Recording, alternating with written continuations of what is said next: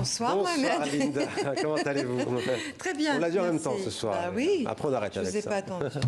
Mohamed, j'ai découvert un drôle de truc hier Ah. soir. J'étais devant mon écran à visiter tranquillement les sites de location. Je cherche un chalet à louer pour l'été si jamais vous connaissez quelqu'un. Jusqu'ici tout va bien. Ok, mais non, mais si vous connaissez quelqu'un qui loue. J'étais donc en train de chercher quand je suis tombée sur une annonce qui m'a laissée perplexe. Louer un yacht n'a jamais été aussi simple. Le site me proposait une location sur l'eau. Pourquoi pas? J'étais pas loin de sortir ma carte bancaire quand tout d'un coup j'ai été saisie d'un doute. À qui exactement s'adressait cette offre? À moi, qui loue, ou à celui qui loue? Et là, Dieu soit loué, j'ai eu comme une révélation. On peut louer un bateau à un armateur et un armateur peut louer son bateau à un vacancier.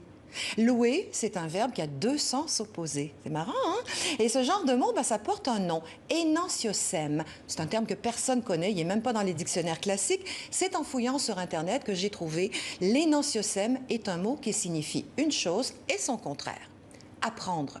Apprendre, c'est acquérir des connaissances, recevoir un enseignement. J'ai appris les maths à l'école. Mais apprendre, c'est aussi donner un enseignement. J'ai appris à mes élèves les règles de grammaire. Comment c'est possible, ça? Hein? Comment ça se fait qu'un mot puisse avoir deux sens opposés? C'est pas normal. J'ai finalement appris dans les dictionnaires en ligne que l'énonciocémie est un sujet d'étude qui remonte à la fin du 19e siècle. L'énonciocémie s'expliquerait par l'incapacité, écoutez bien, s'expliquerait par l'incapacité des êtres primitifs que nous sommes à penser un concept sans y associer son contraire. La psychanalyse s'y est intéressée de très près. Freud y a vu un parallèle avec le langage des rêves, puisqu'un rêve, selon Freud, ça peut être interprété comme le contraire de la réalité.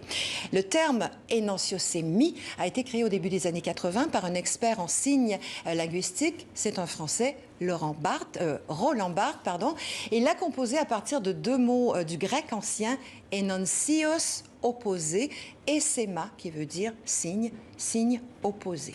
Hôte, c'est un autre bel exemple. Si je vous dis, Mohamed, que notre hôte était en forme hier soir, est-ce que je vous parle de la personne qui nous a reçus ou que nous avons reçu? L'hôte est à la fois celui ou celle qui reçoit et celui ou celle qui est reçu. Des mots comme ça, il y en a plein, comme le adieu des Suisses, qui l'emploient autant pour dire bonjour qu'au revoir. C'est la même chose que le bonjour ou le bonsoir des Canadiens, qui sert aussi à quitter quelqu'un.